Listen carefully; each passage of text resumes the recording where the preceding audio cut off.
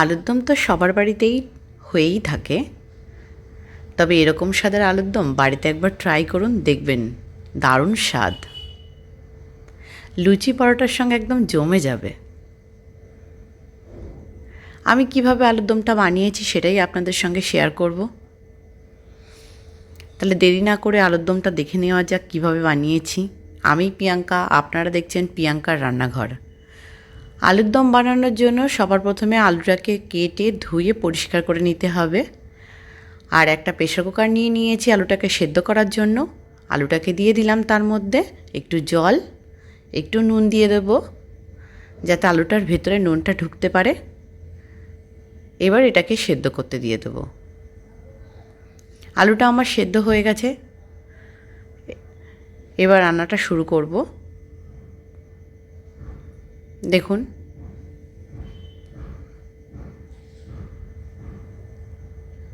আলুর দমটা আমি সাদা তেলে রান্না করব। কড়াইতে তেল দিয়ে দিলাম, পেঁয়াজ কুচি করে নিয়েছিলাম সেটা দিয়ে দিলাম। পেঁয়াজটাকে একটু ভাজতে দেব।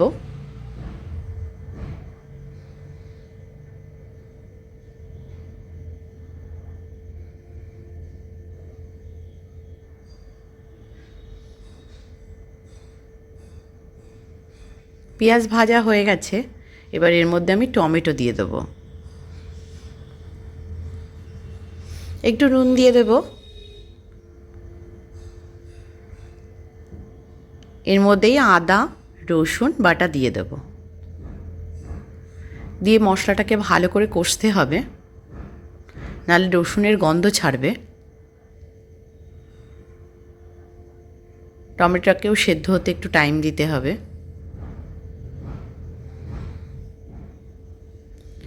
টমেটোটা কিন্তু সেদ্ধ হয়ে গেছে, দেখেই বুঝতে পারছেন আপনারা। এর মধ্যে হলুদ দিয়ে দিলাম। এটা হলো স্পেশাল একটা মশলা। এই মশলাটা হলো গোটা গরম মশলা আছে, সাজিরে সামরিচ আছে। সাজিরে সামরিচে কিন্তু আলুর দমের টেস্ট অনেক বাড়িয়ে দেয়। আর লঙ্কার গুঁড়ো দিয়ে দিলাম, 2টো কাঁচা লঙ্কা দিয়ে দিলাম। ঝালটা আপনারা যেরকম খাবেন সেরকম বুঝেই দেবেন। মশলাটাকে আবারও ভালো করে কষিয়ে নিচ্ছি।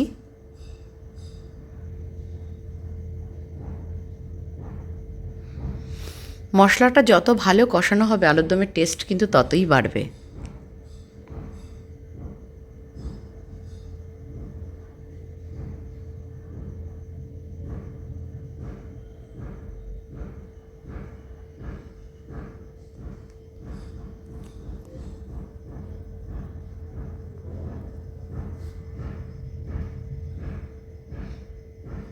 দেখতেই পাচ্ছেন আপনারা, আমি একটু সময় ধরেই মশলাটাকে কষিয়ে নিলাম।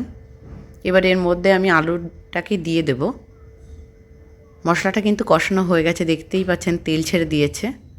সেদ্ধ করা আলু এবার এর মধ্যে দিয়ে দিলাম। দিয়ে মশলাটার সঙ্গে আলুটাকে ভালো করে কষিয়ে নেব।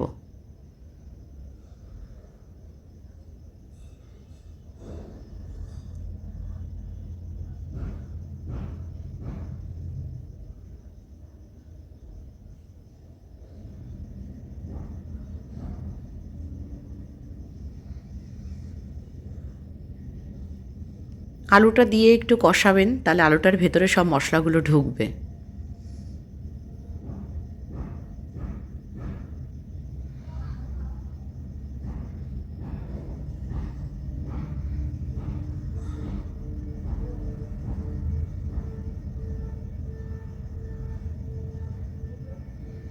এবারে এর মধ্যে আমি জল দিয়ে দেব।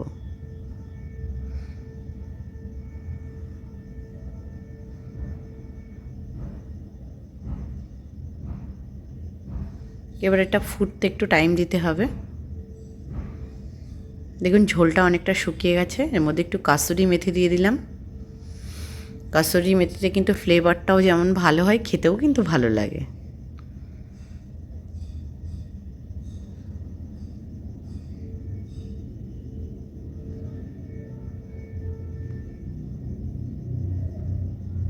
আলুর দম রান্না কিন্তু হয়েই গেল প্রায়।